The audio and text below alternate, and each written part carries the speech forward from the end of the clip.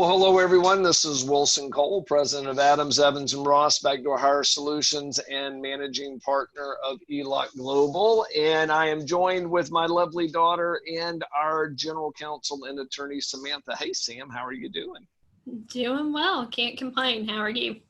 Doing fine, doing fine. Sam, we've been kind of going through a transformation, and I kind of want to share some of those processes with our clients. But as COVID hit, we weren't sure what was going to, what that was going to involve. And I mean, and as we're sitting here still in COVID, the cities and the states are opening up. It's early summer, but it's still a big question mark on how things will go. But we worked on our systems, and a couple of the ways that we worked on our systems, we really made a push virtually on email follow-up on past due accounts, and then also even accepting e-checks, which is something that, we take ACH, we take regular checks, and our FedEx bill is a fortune. I mean, it is literally mind-boggling how much we can spend on FedEx, and we're saving $1,000, $1,500 a month on FedEx payments since we started offering e-checks, which is a couple of companies, and we're even allowing our clients to pay by e-check. Sometimes going and doing an ACH, you have to set the person up in the bank, and it's really, if you're doing reoccurring payments, it probably makes sense. Making one payment can be a little bit of a pain in the butt.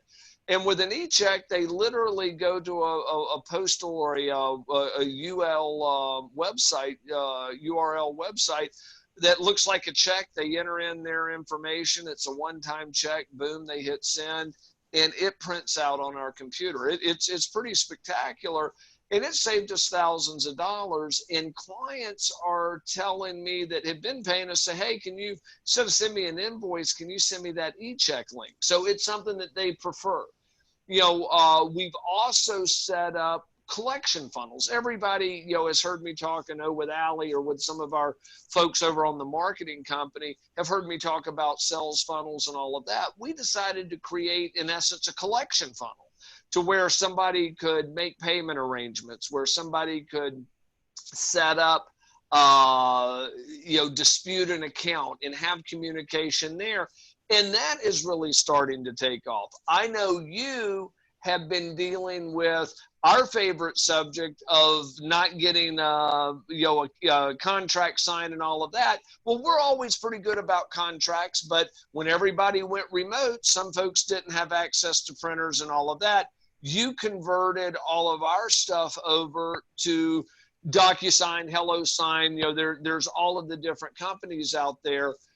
Sam, kind of explain where those e-documents actually protect you a little better from a legal standpoint. Everybody wants to kind of freak out, and it's not paper, or is it really this or that, and I think it's more a fear of change than anything else, because what happens that is becoming more and more prevalent, and again, legally, a signature on e-sign and a pen signature on a piece of paper are legally the same, with the exception of property. If you're transferring property to someone else, and a will, you cannot do an e-signature on a will.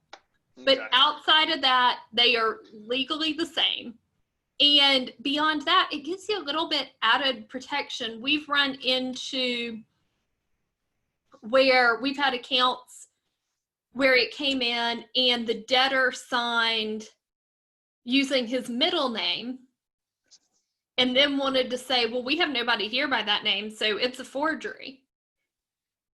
Except it was signed via e-sign.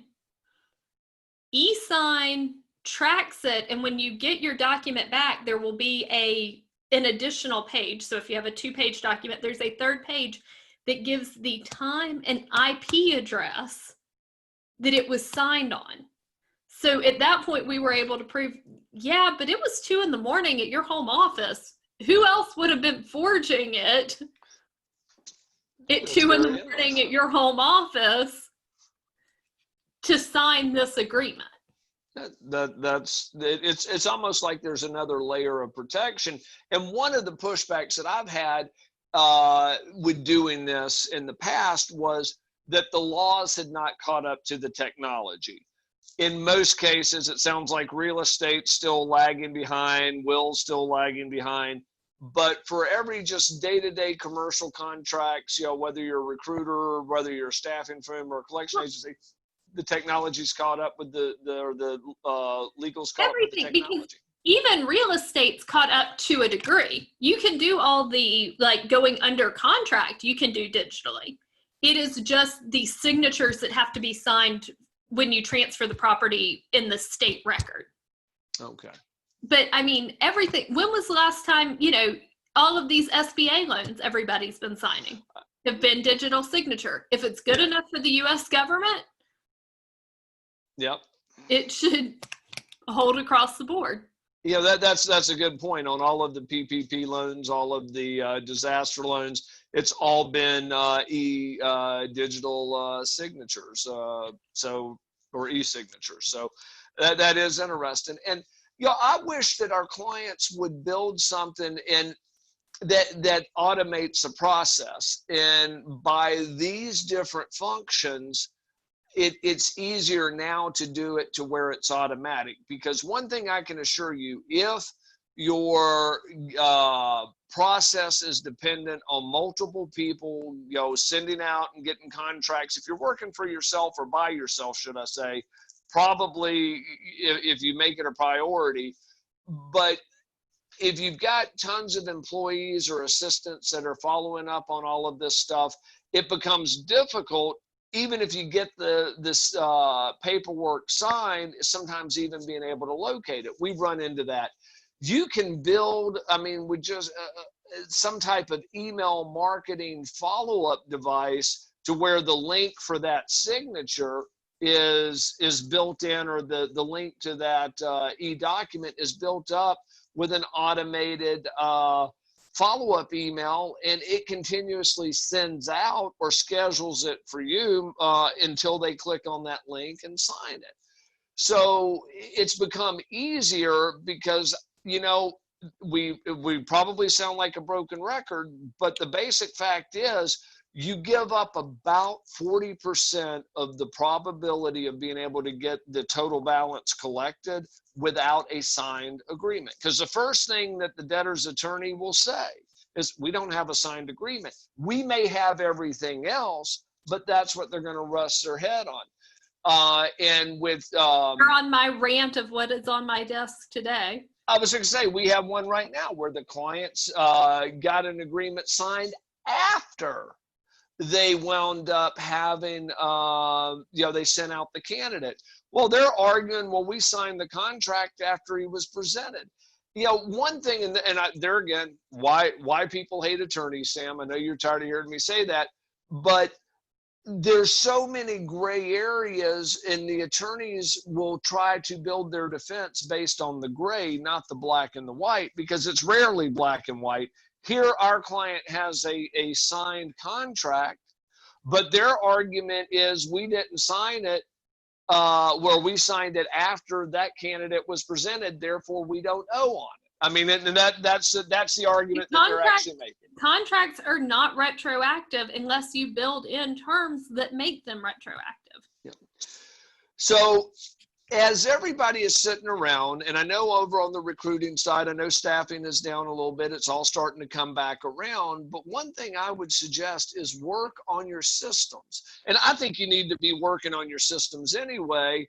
I think it's Michael Gerber, the author of E-Myth, which is just a wonderful book. I recommend anyone read it, or everyone read it. But he always talks about you need to work on your business, not in your business, in creating these systems to where they can pay you without having to send a check.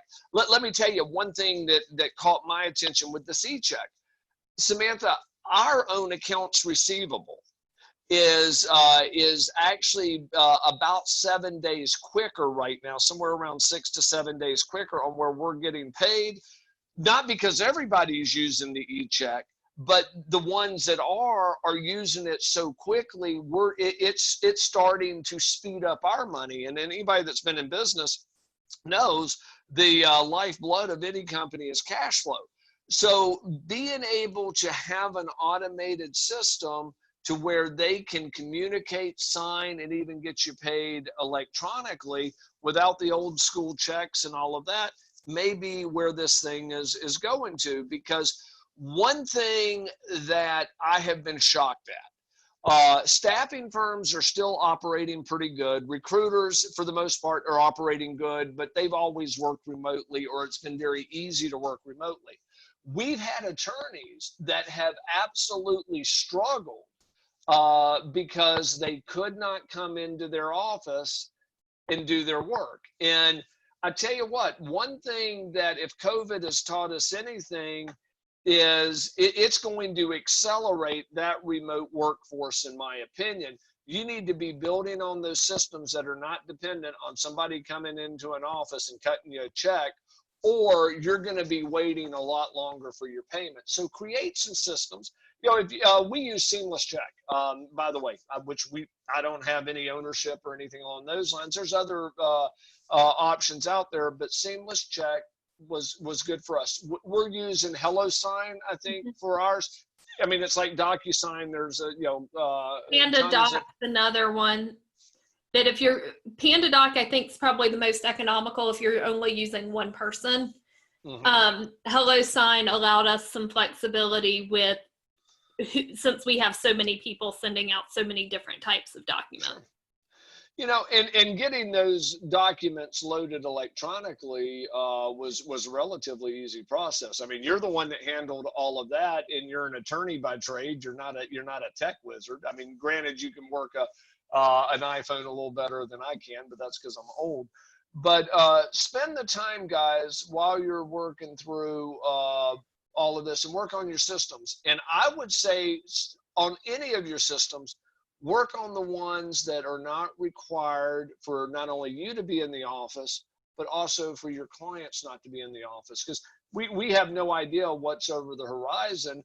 And you know, we have always, and we've talked about this before, we've always had a very remote workforce. We have offices throughout the globe, but they're typically smaller offices, and they're used almost as a backup to where somebody has internet issues.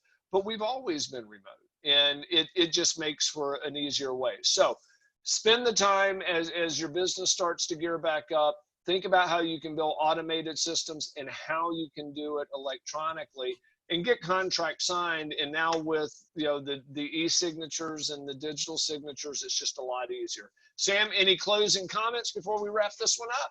I think that covers it. Thank you, guys. If you need anything, certainly give me a shout.